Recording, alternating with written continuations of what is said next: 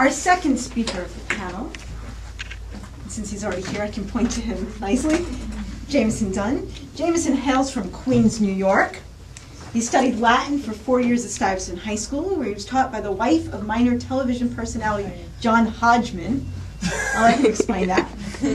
He previously did research on the use of vomit in ancient medicine. He is ex-president of the Bowling Club, vice president of Phi Delta Theta, and as a classics major, he hopes to become a medical examiner, and he has worked at the morgue in Manhattan. Turn things over. Okay.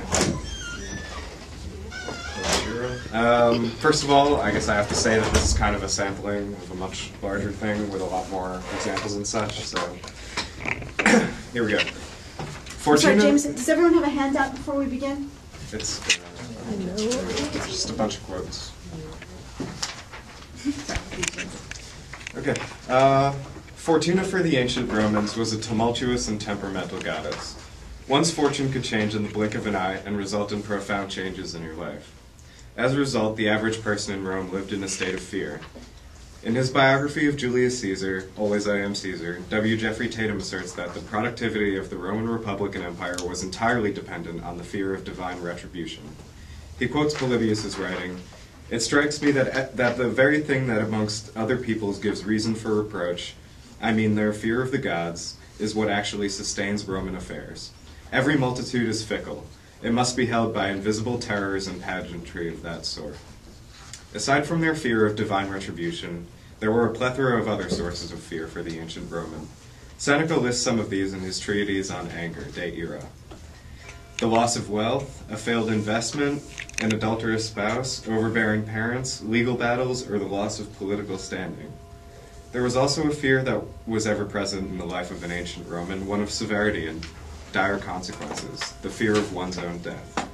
In Epistula 24 of Epistolae Morales, written for his friend Lucilius, who is being pressured by a pending lawsuit, Seneca writes, "Socrates in prison discoursed and declined to flee when certain persons gave him the opportunity.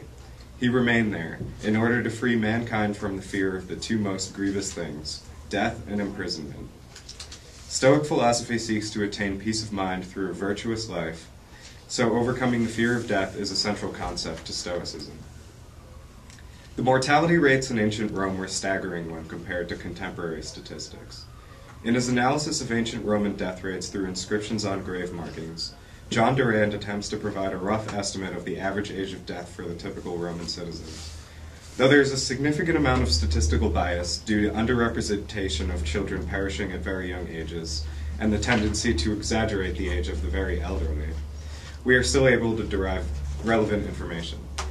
In this study, the average age of the ancient Roman male at the time of death was a mere 15.3 years. Females only managed to survive for another year on average.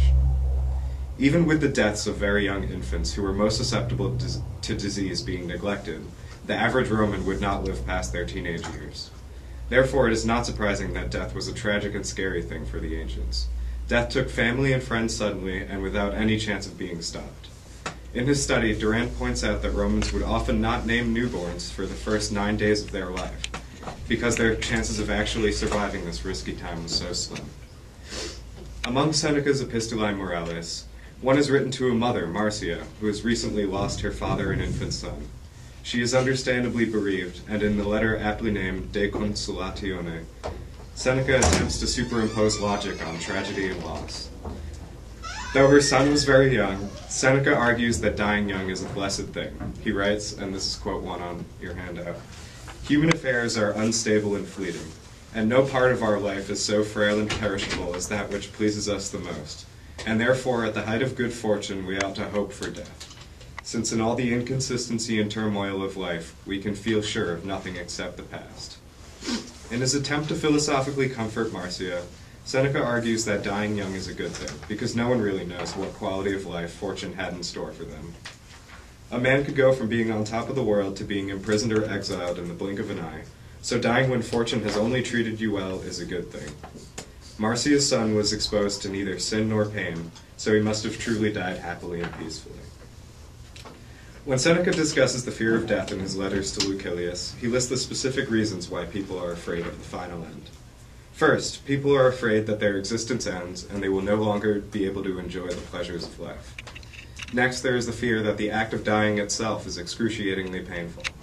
Romans were also afraid that their state in the afterlife would be full of horror and terrifying monsters, an idea ingrained in their minds by mythology and fiction.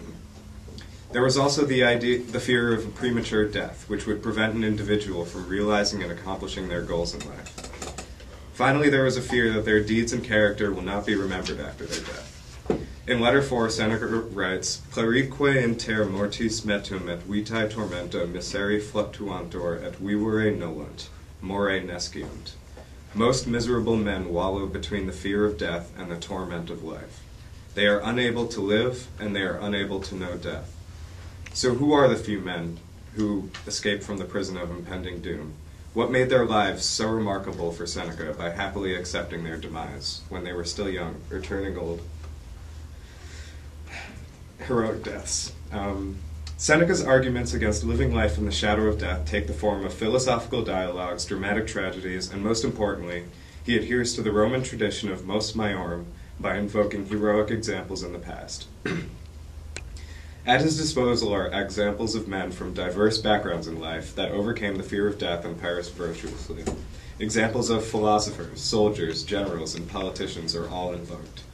These men all proved their virtue to Seneca by confronting death at their final hour without fear, and experienced freedom in the truest sense by exiting life gladly and without fear. In Epistola 24 to Lucilius, Seneca tells the story of Gaius Mucius Scaevola, the hero of the Mucii lineage, who would later serve as consuls numerous times. In 505 BC, Rome in its early stages is at war with a neighboring Etruscan king, Lars Porsena. Porsena sieges Rome, and Mucius volunteers to attempt the assassination of the opposing king in the camp outside the city.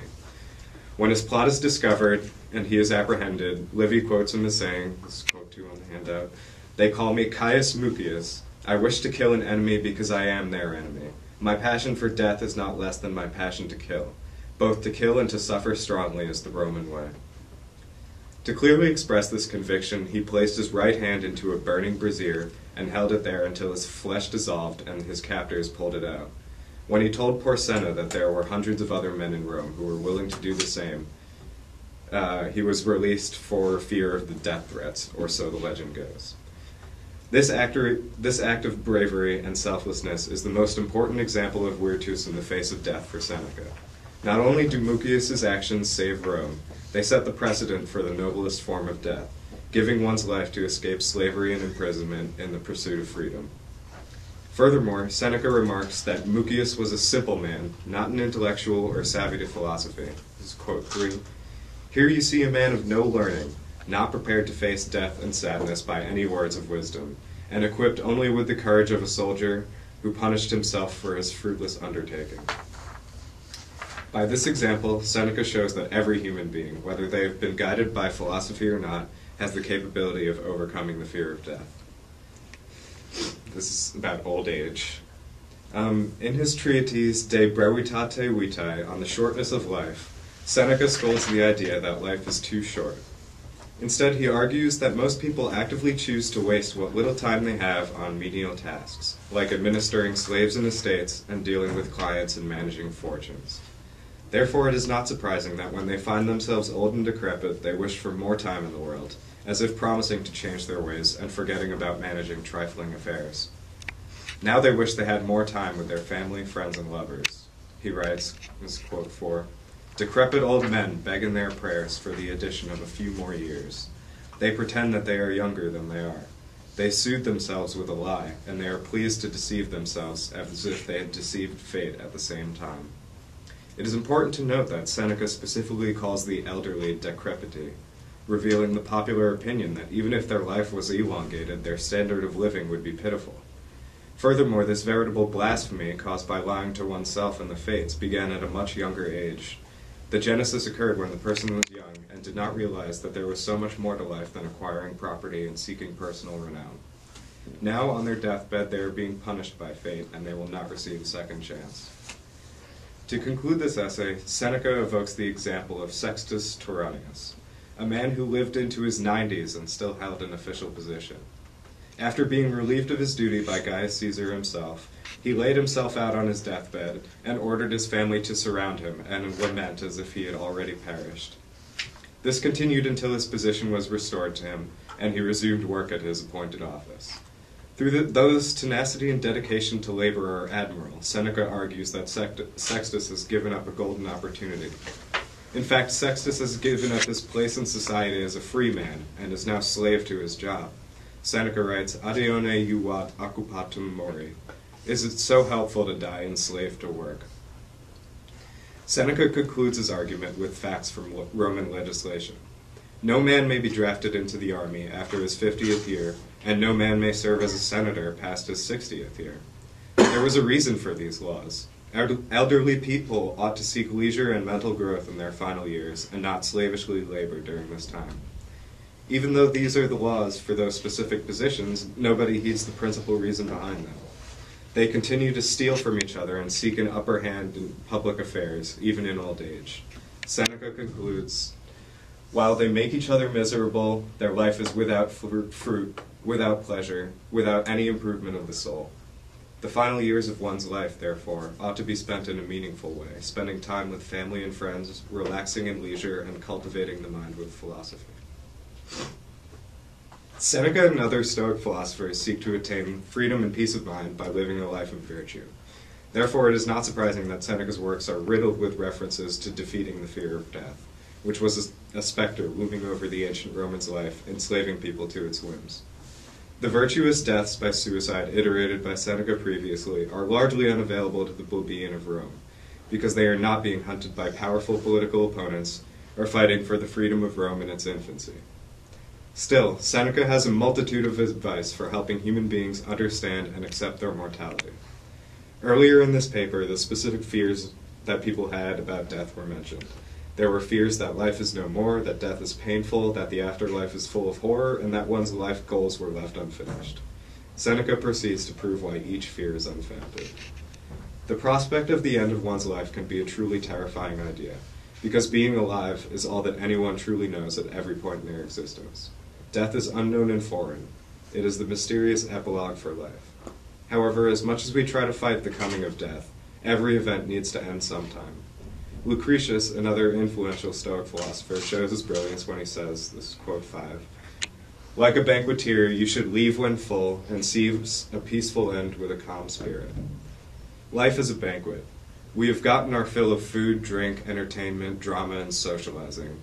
To extend the banquet indefinitely will only serve to make it more and more tiresome, as we become bloated with food and tired of guests.